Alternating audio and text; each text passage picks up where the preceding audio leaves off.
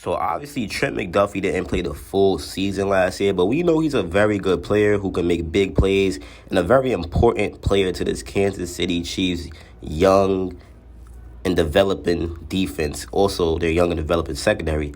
So Trent McDuffie, man, I know the title sounds crazy. I'm glazing probably. I'm probably saying I'm glazing all types of stuff because I'm saying he's DARRELLE REVIS 2.0.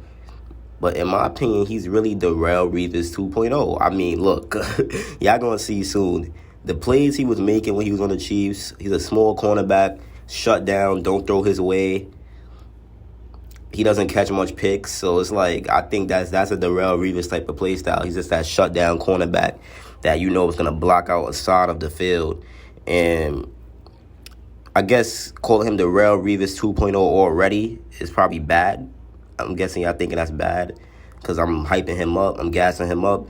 But, hey, man, DARRELLE REVIS didn't become DARRELLE REVIS right away. So, hey, I'm just saying he has the potential to be one of the greatest cornerbacks that we've ever seen. And the reason why I say that is because I'm a Chiefs fan, and I've watched every Trent McDuffie game, and I've literally seen him shut down the side of the field. It's games where I didn't even see Trent McDuffie, and he was literally playing. That just goes to show you how good of a cornerback he is. When you don't see a cornerback, that means they're good because they're making not too many mistakes. And he brought a whole new element to this Kansas City Chiefs secondary. When he went down, the defense, we had a lot of ups and downs. But as soon as he came back, we started letting up fewer yards. And the reason why I have Jalen Watson, L'Jarius Sneed in this thumbnail as well is because they're in that cornerback room also. McDuffie's going to lead that cornerback room. He's probably going to be the best corner this season out of that cornerback room. And that doesn't change that Sneed and Jalen Watson are both dogs. They're both dogs, especially Sneed. I like what Jalen Watson was doing, too, getting all them picks. He's like at 6'2". He has a very good chance to develop and be something great. But this video is about Trent McDuffie and why. I already said he's a secret weapon for the Chiefs, one of the key weapons, probably an X factor on defense. But we're going to be getting into why he's DARRELLE REVIS 2.0, so y'all don't fry me about what I'm saying. So by the end of the season, McDuffie ended up starting 11 regular season games for the Chiefs, and he had some very, very solid games. And I guess you could say just a little bit of up and down games, which I don't know. I wouldn't call that up and down games for a rookie. I think this dude's amazing for a rookie. And if he played the full season, could have definitely been up there with Sauce and Woolen. And he was obviously a quality piece of our Chiefs' young secondary. He finished the season with 28 solo tackles, 16 combined tackles, 1 tackle for loss. He actually also had a sack because Spags love to put them in them blitzing roles. Got to remember, McDuffie's very fast. And he had 7 defended passes in 11 games with 1 forced fumble. And in the playoffs, McDuffie also stepped his game up, 15 tackles, 4 solo, 5 total tackles. And I know that doesn't add up to 15, but I'm saying it includes. And in the Super Bowl against the Eagles, he forced a fumble. So this is really just the beginning for McDuffie. And I think he could make that second-year jump. All he has to do is just stay healthy. And last season, missing a large chunk of time to start the season was obviously not ideal for the rookie cornerback. But since he was so able to bounce back and look good in the process, I think that if he stays healthy and he becomes available each game moving forward, that'll be a huge boost for the Kansas City Chiefs. And I think that should also lead him having a larger workload and even way better stats in 2023.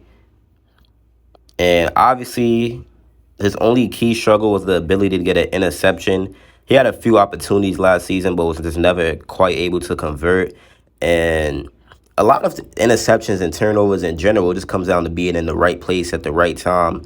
But McDuffie's ability to be around the ball should continue to give him plenty of opportunities to make plays. And I do think it's only a matter of time until he makes his first career interception. I could see it happening next season. And I'm going to be very hyped for that. And the forced fumbles and being able to create turnovers in other ways was nice for the rookie, man. And he'll look to continue to make plays and create turnovers in his second year as a starting cornerback for the defending champs, man. So McDuffie, I just love how he showed promise in his rookie campaign. He gave fans hope that general manager Brett Veach made the right decision by trading up to get him in the first round. I always knew it was the right decision anyway. But now McDuffie would just look to build upon that. And yeah, he'll build upon that trust and that success in 2023. And he has all the tools to be a top 3 cornerback. Take that next step and make a positive second-year jump. And I just can't wait to see it. And it's going to help us with our Super Bowl run a lot. And, yeah, man, you got to love McDuffie. You have to love McDuffie, bro. You just have to. And when I seen the Chiefs did better when McDuffie came back, I called that the Trent McDuffie effect because his production was just elite. It was elite. He gave the Chiefs an elite presence on the outside. He really did, man. He really did. He really did. And I'm going to give y'all some stats real quick. Among the 86 cornerbacks who played at least 300 snaps during the regular season, McDuffie ranks near the top in several key metrics. Coverage grade, 14th. Yards per coverage snap, 3rd. Yards per target, 9th. Primary target percentage, 10th. 15-plus yard plays allowed, 2nd. He barely lets up 15-plus yard plays, bro. This dude is talented. I'm telling you. Trent McDuffie is very talented. So he's already being avoided at a rate similar to NFL elite cornerbacks and is producing when he's targeted. His rate of 15-plus yard plays allowed ranks 2nd only to Sauce Gardner. And only 3 of the 5 explosive plays McDuffie did allow were to Devontae Adams or Jamal Chase, which a lot of dudes can't guard in the NFL. And McDuffie still even held his own. And his impact was something that we just haven't seen. You know, McDuffie's ability to just shut down these very good pass catchers while competing with even more elite ones is the primary driver of success for defensive coordinator Steve Spagnuolo's unit, you know. And I get that Chris Jones is our defense's best player, but I do think McDuffie has the greatest impact. And obviously his presence was very much missed when he was out due to injury. And here's some stats and the difference in results. So when McDuffie was injured, this is weeks 2 to 8, we was 27th in coverage grade, 31st in passer rating, 11th in yards per reception, 24th in yards per coverage snap, 26th in EPA play allowed.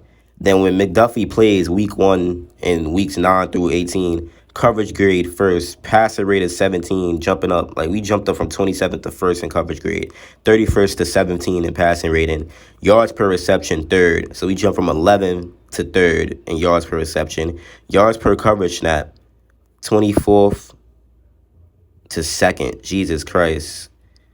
So 2nd in yards per coverage snap and 12th in EPA play allowed, 26 to 12. So McDuffie made a huge impact, and he's going to be the key to our defense. Is going to be so good next year.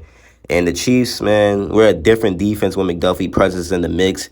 And a team with Patrick Mahomes at quarterback and potentially the best coverage unit in football, that's honestly unfair. And the way McDuffie raises the ceiling of the Kansas City Chiefs defense, it's honestly something special.